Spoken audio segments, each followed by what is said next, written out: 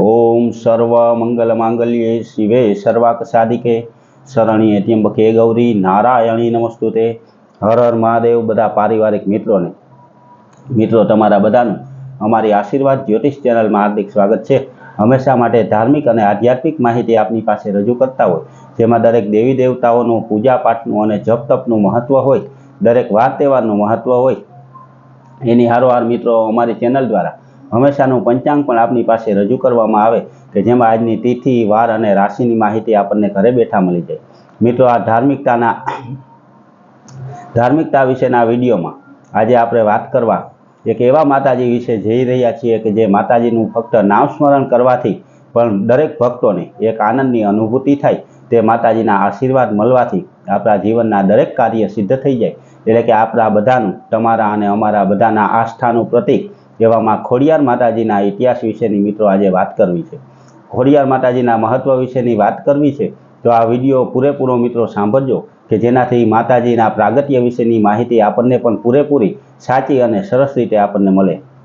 मित्रों, आपनी पासे जे माहिती अमे रजू करीए ते माहिती अमे सारा सारा इतिहासकारो पासेथी अने सारा सारा कथाकारो पासेथी सांभळी अने पछी आपनी पासे रजू करता होय। एटले मित्रों, आज आपणे मां खोडियार माताजीनी वात करवी के जे दरेक भक्तोना हृदयनी अंदर बिराजमान होय। दरेक भक्तो जेना पूजा पाठ जप तप अने अनुष्ठान करता होय तेवा मां खोडियार माताजी भगवती परांबरी खोडियार माताजी एना विशेनी वात करीए तो माताजीनो जन्म के जे रोहिशाळा नामना गाममां थयेलो छे के जे बोटाद तालुकामां आवेलुं रोहिशाळा नामनुं गाम छे, त्यां मां खोडियार माताजीनो जन्मस्थान कहेवामां आव्युं छे अने तेना पिताजीनुं नाम मामरिया चारण हतुं, तेना माताजीनुं नाम देवलबा हतुं। दूधनो हमेशा माटे वेपार करता आ मामरिया चारण के जेने पशुपालननो धंधो हतो अने ते भावनगर जिल्लाना वल्लभीपुर गामना शिलादित्य नामना राजाना बहु परम मित्र हता अने ते राजाने त्यां हमेशा माटे दूध अने दહીં देवा माटे हमेशा माटे जता हता। दूध अने दહીંना टेकड़ा भरी अने राजा पासे जई राजा पासे बेसी अने सुख अने दुखनी वातो करता हता।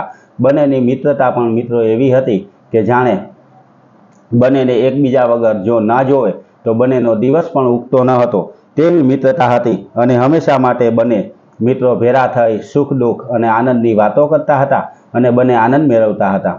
तेवामां मित्रों ते ज राज्यनी अंदर घणा मित्रोने घणा व्यक्तिओने आ मित्रता पसंद न आवती हती। घणा मित्रोने आ मामैया चारण आवे ते गमतुं न हतुं, तेनाथी तेनीए राजानी कान भंभणी करी अने राजाने एवुं कही दीधुं के आ मामैया चारणने राज्यनी अंदर ना आववा दो। कारण ज्यारे राजाए पूछ्युं त्यारे एवुं कहेवामां आव्युं के मामैया चारणने कोई संतान नथी अने निरसंतान एटले के जेने आपणे वांझिया कहीए ते सवारमां राज्यनी अंदर आवे तो कदाच एवुं पण बने के आपणा राज्यनो पण नाश थई जाय अने राज्यनो विनाश पण थई जाय। तेना माटे मित्रों राजानी कान भंभेणी करवाथी राजाए ज्यारे पूछ्युं के हवे शुं करवुं त्यारे दरेक व्यक्तिए कह्युं के हवे मामैया चारण हारे मित्रता तोड़ी नाखो। एटले राजाए एवो आदेश आपी अने समाचार मोकली दीधा के मामैया चारणने काल सवारथी राज्यमां आववानुं नहीं। आ सांभळी अने चारणने घणुं दुख लाग्युं, घणुं मननी अंदर विचार कर्यो के क्यो एवो गुनो कर्यो, क्यो एवो वाक होय के जेनाथी राजाए मारी हारे मित्रता तोड़ी नाखी। त्यारे गाममांथी एवुं सांभळवा मळ्युं के हे मामैया चारण तारे कोई संतान नथी, तू निरसंतान एटले के वांझियो होवाथी राजाए तने राज्यनी अंदर जवानी ना पाडी। आ सांभळी अने राजाने घणुं बधुं मामैया चारणने घणुं बधुं दुख लाग्युं, मनमा विचार करवा लाग्यो। त्यारे त्यां गामनी अंदर ज एक शिव मंदिर हतुं के ज्यां मामैयो चारण हमेशा माटे पूजा करवा जतो हतो। शिवजीनो परम भक्त हतो मामैयो चारण, शंकर भगवान उपर पूरेपूरी श्रद्धा हती एटले त्यां शिवजी आगळ जई बे हाथ जोड़ी हृदयना भावथी प्रार्थना करवा मांड्यो के हे भगवान भोळानाथ शिवजी, हूँ मामैयो चारण आज तमने प्रार्थना करूँ छूँ कि आजथी लई अने सवा महीना सुधी रोज सवारे हूँ तमने 1000 कमळनी पूजा करीश, 1000 कमळ अर्पण करीश अने एक सवा महीनामां जो भगवान भोळानाथ शिवजी आपना वरदानथी जो मने संतान प्राप्तिना कोई योग न थाय तो हूँ मारुं माथुं पण आपना चरणोमां अर्पण करी दईश, कारण के हवे मारे जीववानो कोई अधिकार नथी। त्यारे एवुं मननी अंदर नक्की करी मामैया चारणे शरू कर्युं अने रोज सवारे 1000 कमळना फूल लई आवी मननी अंदर ओम नमः शिवाय, ओम नमः शिवाय, ओम नमः शिवाय बोलता बोलता 1000 कमळ હંમેશા માટે ભગવાન શિવજીના ચરણોમાં અર્પણ કરવા માંડ્યો, તે વાત ધીરે ધીરે ધીરે આગળ વધવા માંડી. તે વાતને જ્યારે મિત્રો 1.25 મહિનો પૂરો થવાનો હતો, છેલ્લો દિવસ હતો, તે મામૈયા ચારણ પૂજા તો કરવા આવ્યો. 1000 કમળથી ભગવાન શિવજીની પૂજા કરી, પરંતુ જ્યારે છેલ્લું કમળ તેના હાથમાં હતું, ત્યારે એક હાથમાં કમળ અને એક હાથની અંદર તલવાર રાખી મનમાં એવું નક્કી કર્યું કે આ છેલ્લું કમળ ભગવાન શિવજીને અર્પણ કરવાથી જો શિવજી પ્રસન્ન થાય તો આજે મારું માથું એટલે કે મારું મસ્તક પણ ભગવાન શિવજીને અર્પણ કરી દઈશ. તેવું નક્કી કરી જ્યારે મામૈયા ચારણે ઓમ નમઃ શિવાય, ઓમ નમઃ શિવાય જાપ જપતા જપતા છેલ્લું કમળનું ફૂલ ભગવાન શિવજીને અર્પણ કર્યું, ત્યારે આકાશવાણી થઈ અને આકાશવાણી દ્વારા મામૈયા ચારણને કહેવામાં આવ્યું કે હે ચારણ, તું ચિંતા ન કર અને તું ઘરે જા. ઘરે જઈ અને 7 પારણા એટલે કે ઘોડિયા લઈ આવજે અને એક 8મું ઘોડિયું એટલે કે 8મું પારણું એક નોખું રાખી દેજે. સાંજે ઘરના બારણા બંધ કરી સાકર મારી અને બંને માણસો ઓમ નમઃ શિવાય, ઓમ નમઃ શિવાયનો જાપ જપજો. જ્યારે સવારે 4 વાગ્યે બાળકના રડવાનો અવાજ સંભળાય, નાની છોકરીનો ઝાલરનો એટલે કે ઝાંઝરીનો જ્યારે અવાજ સંભળાય, ત્યારે તું બારણું ખોલી અને અંદર જોજે. એવું કહી અને તે આકાશવાણી બંધ થઈ ગઈ. મામૈયો ચારણ પણ બહુ આનંદમાં અને હરખમાં આવી ગયો. ભગવાન શિવજીનો ઉપકાર માની ઘરે જઈ અને પત્નીને બધી વાત સંભળાવી.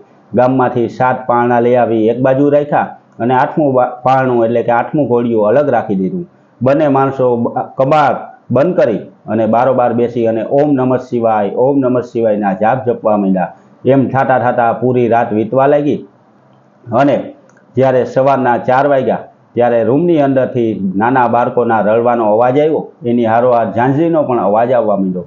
જ્યારે 2 માણસોએ કમાડ ખોલી અને અંદર ગયા તો જોયું તો 7 ઘોડિયાની અંદર માતાજી જગદંબા એટલે કે 7 દીકરીઓ રમતી હતી અને 8મા ઘોડિયામાં કે જે 8મું પારણું અલગ રાખ્યું હતું તેની અંદર એક દીકરો રમતો હતો.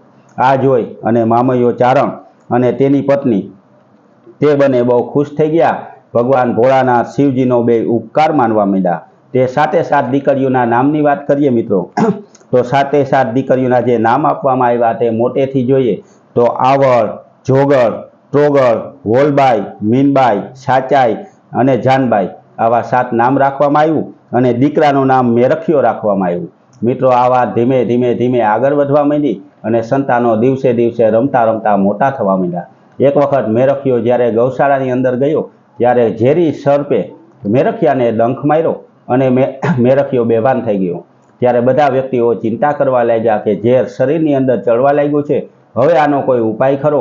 ત્યારે કોઈ વ્યક્તિઓએ એવું કહ્યું કે સમુદ્રની અંદર જઈ પાતાળમાંથી જો અમૃત કળશ લઈ અને કોઈ વ્યક્તિ આવે અને આ સૂરજ આઠમે તે પહેલાં મેરખિયાને જો અમૃત પાવામાં આવે તો મેરખિયો જરૂર ને જરૂર ઊભો થઈ જાય. પરંતુ જો એ ના કરવું હોય તો આવળ કદાચ પોતાનો ભેળિયો મેરખિયાની ઉપર ફેરવી અને કહી દે કે ભાઈ ઊભો થા, તો પણ ભાઈ ઊભો થઈ જાય. કારણ કે આવળ આગળ જે શક્તિ હતી જેને વાક શક્તિ કહેવામાં આવે, આવળ માતાજી જે બોલે તે થતું હતું તેવી શક્તિ કે જે શક્તિમાં આવળમાની અંદર હતી. પરંતુ આવળ માતાજીએ એવું કહ્યું કે એટલી બધી તાકાત હોવા છતાં પણ હું આ મેરખિયાને આમ ઊભો ન કરી શકું. એના માટે અમૃત કળશ પાતાળમાંથી લઈ આવી અને મેરખિયાને સજીવન કરવાનો રહે. ત્યારે અમૃત કળશ લેવા માટે કોણ જાય તેવી વાત થઈ. ત્યારે આવળે બધા સામું જોતું સૌથી નાની એવી જાનબાઈ સામે જ્યારે જોયું અને મનથી એવી આજ્ઞા કરી, ત્યારે જાનબાઈએ દરિયામાં કૂદકો મારી અને પાતાળની અંદર ગયા. પાતાળમાંથી અમૃતનો કળશ લઈ અને જાનબાઈ જ્યારે ફરીથી આવતા હતા ત્યારે આવળને મનમાં એવો વિચાર આવ્યો કે કેમ હજી સુધી જાનબાઈ આવ્યા નહીં, એને ક્યાંક ઠેસ તો નહીં લાગી હોય. જ્યારે એને એવું બોલ્યા ત્યારે માં જાનબાઈને અંદર એક ઠેસ લાગી અને તેનો પગ જરાક ખોટકાઈ ગયો. તેનાથી મિત્રો તેની પાસેથી મગર નીકળ્યો અને મગર ઉપર સવાર થઈ અને માતાજી ઉપર કળશ લઈ અને આવ્યા. મગરમાંથી ઉતરી અને જ્યારે મેરખિયાની પાસે આવતા હતા ત્યારે જરાક એક ઠેસ લાગવાથી પગ ખોટકાયેલો હતો, એટલે કે ખોટ ખાતા આવતા હતા. ત્યારે બધા લોકો જોવા લાગ્યા અને બધા કહેવા લાગ્યા કે ખોડી આવી એવું કહેતા હતા. જ્યારે આવી અને મેરખિયાને અમૃત પાવામાં આવ્યું અને મેરખિયાને સજીવન કરવામાં આવ્યું. જ્યારે આવળ માતાજીએ એવું પૂછ્યું કે આ કેમ થયું, ત્યારે જાનબાઈએ કહ્યું કે મને પગમાં ઠેસ લાગવાથી આ થયું હતું. એટલે આવળ માતાજીએ એવું કહ્યું કે આ મારા કહેવાથી જ તને ઠેસ લાગી. અને આ બધા લોકો જે કહેતા હતા કે ખોડી આવી એટલે તેદીથી એને ખોડિયાઈ કહેવામાં આવ્યા. એ ખોડિયાઈ એ જ મિત્રો ધીરે ધીરે થાતા થાતા આપણા ખોડિયાર માતાજી તરીકે પૂજાવા લાગ્યા કે જેનું સાચું નામ જાનબાઈ હતું. તેમાંથી ખોડિયાઈ કહેવાના અને ખોડિયાઈમાંથી જ ફરીથી એ ખોડિયાર કહેવાના એવા માતાજી. પરંતુ આવળ માતાજીને બહુ અફસોસ થયો કે મારા કહેવાથી જો એને ઠેસ લાગી અને તેને પગમાં ખોટ આવી. એના માટે આવળ માતાજીએ તેને એવું વરદાન આપ્યું કે ભલે 7 બહેનોની અંદર તું સૌથી નાની હોય પરંતુ ગામે ગામ તારા મંદિર થશે અને અમારા બધા કરતાં સૌથી વધુ ભક્તો તારી ઉપર શ્રદ્ધા રાખશે અને તારે ફક્ત આજ્ઞા કરવાથી તારા દરેક કાર્ય કરવા માટે પણ અમે 6 બહેનો ઊભી હતી.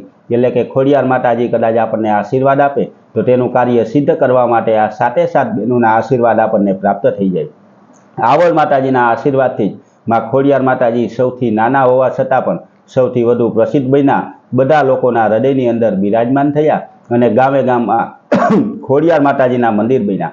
આ મિત્રો ખોડિયાર માતાજીનો જે ઇતિહાસ આપણને બતાવ્યો તે ઇતિહાસકારો પાસેથી અને અલગ અલગ કલાકારો પાસેથી સાંભળેલો ઇતિહાસ આપને સમજાવ્યો કે જેનાથી માં ખોડિયાર માતાજીની ઉત્પત્તિ સહિત માં ખોડિયાર માતાજીનું નામ કેમ ખોડિયાર પડ્યું તેના વિશેની પૂરેપૂરી માહિતી અમે આપની પાસે રજૂ કરી.